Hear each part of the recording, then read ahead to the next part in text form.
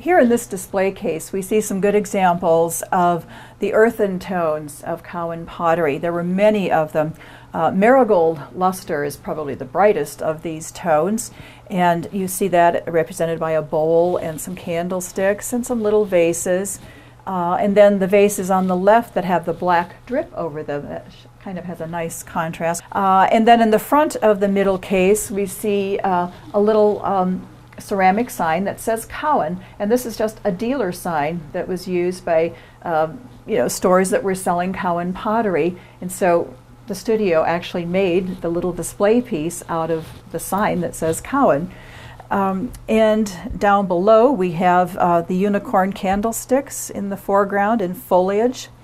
There were many, as I said, different earth tone glazes such as October, foliage, marigold, and they do make a beautiful display for the fall season.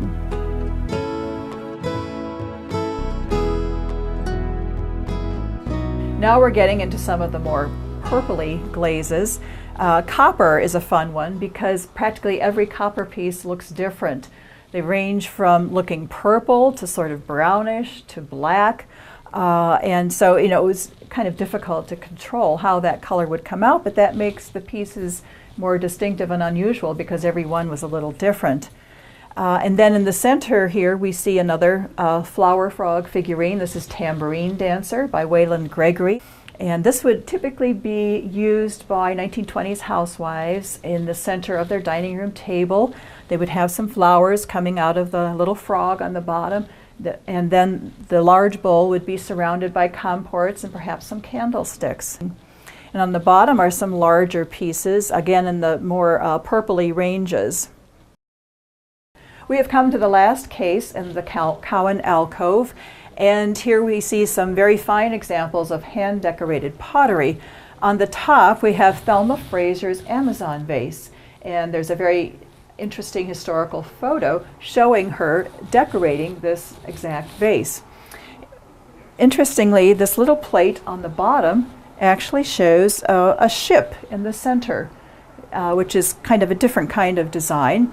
And there were some hand-decorated items that used factory-generated themes, and so those aren't quite the true hand-decorated, and they're called informal decoration. And a good example of that would be the small yellow and turquoise bowl right here on the left. But that's kind of a rare bowl, though. You don't often see that. That was recently donated to the museum by a nearby resident.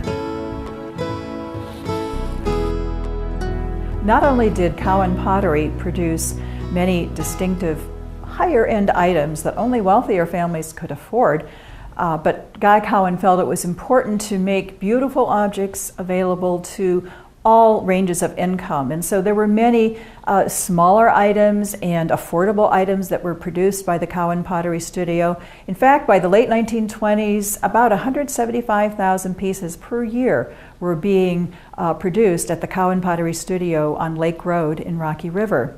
And here in this case, we see some good examples of some items that were meant for everyday use.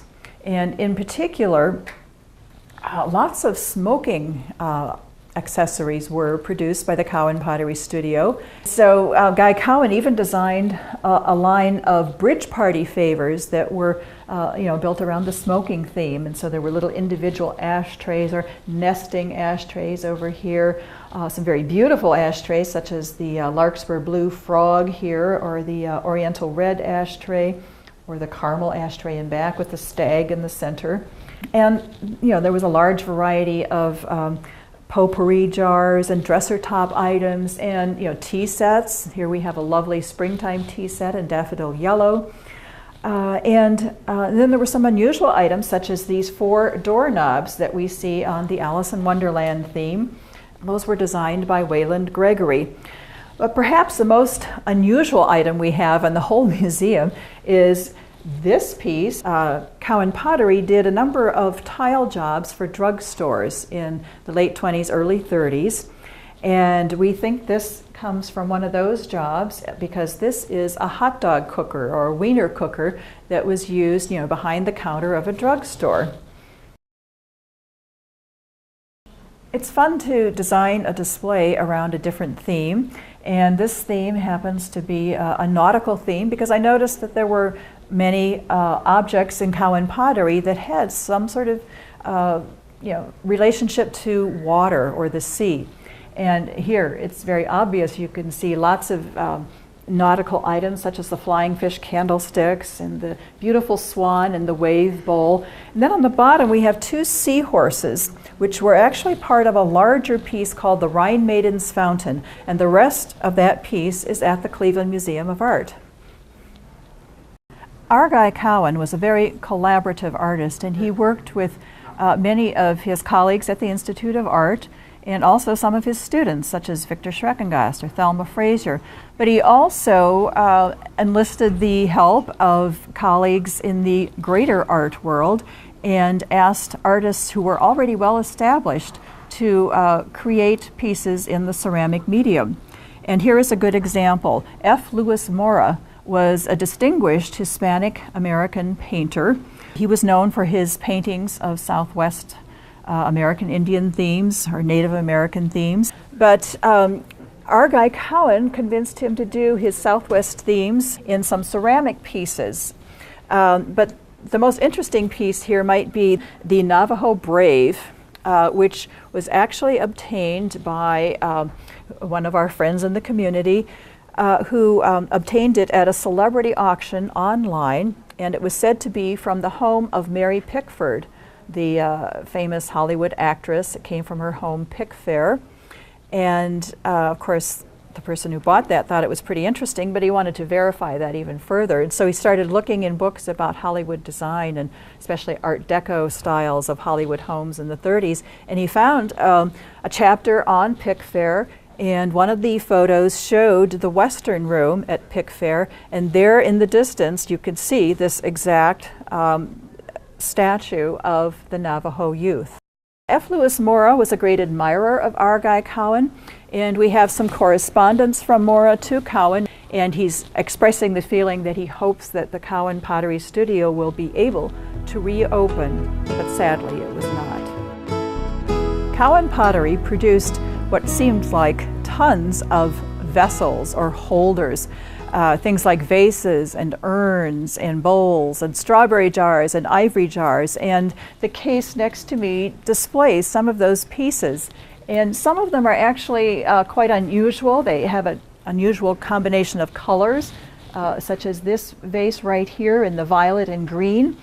And then we have a bisque edition of the Chinese bird vase on the bottom by our guy Cowan. A hand-decorated vase by Richard Hummel, who was also a glaze technician at the studio. Paul Manship was a distinguished American sculptor of the early and mid-20th century. In fact, the Smithsonian Museum of American Art has over 400 entries on Paul Manship. Mr. Cowan met Paul Manship at an art exposition in New York City at Macy's department store. And up until that time, Manship kind of disdained the ceramics medium, and he did all of his sculpture work in bronze.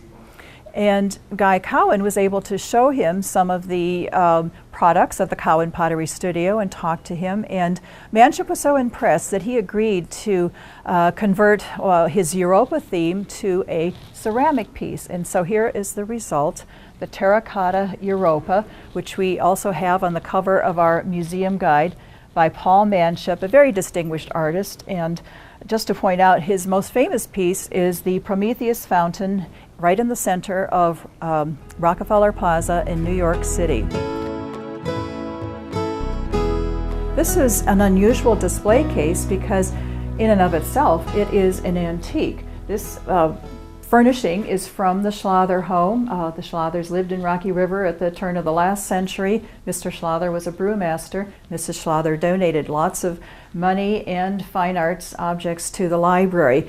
So here in this case we have some of their library books underneath, but on top this is the tabletop display unit, and it's a good place to feature some of the plates or plaques, or sometimes they're called servers, that were produced by Cowan Pottery.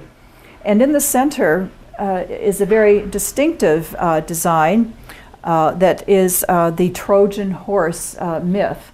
And this is a very large plate, brightly colored with a black background, and it is by Russell Barnett Aiken, who actually completed it the year after the Cowan Pottery Studio closed. And the Trojan horse is surrounded by the sports plates of Victor Schreckengast. He was a sportsman himself. He loved sports, and here he shows off some of his favorites, such as tennis and golf and swimming, riding, done in very playful designs, typically Victor. And next to this display, we have a pen and ink drawing by Victor Schreckengast of a rather whimsical-looking elephant. Very soon, we'll have the reopening of the pachyderm area at the Cleveland Zoo, where Victor also did an outdoor sculptural relief of mammoths and mastodons, which had been taken down and stored for a while the new pachyderm area was being created. And now it's going to be opening this spring, and the relief sculpture of Victor Schreckengast will be installed across the new entrance to the zoo. The Cowan Pottery Museum, established at Rocky River Public Library, opened its doors on February 26, 1978. Ever since then, it has housed the largest publicly owned collection of Cowan pottery in the world, and it's the only museum in the world devoted solely to the acquisition, preservation, and promotion of Cowan pottery. Cowan is very much in the hearts and minds of the people of Rocky River, I believe. It's also, I think, in the hearts and minds of the staff who work here. And one of the things that we like to talk about is every staff member having a piece of Cowan. And I think we would also like to know that every resident of Rocky River would have their own piece of Cowan. But of course, then they can always come here and see the main collection, which is stunning. People came from all over the world to visit this little studio, which at that time was in a city of barely 5,000 people. So, you know, Rocky River was kind of put on the map with Cowan pottery. It's a little bigger today.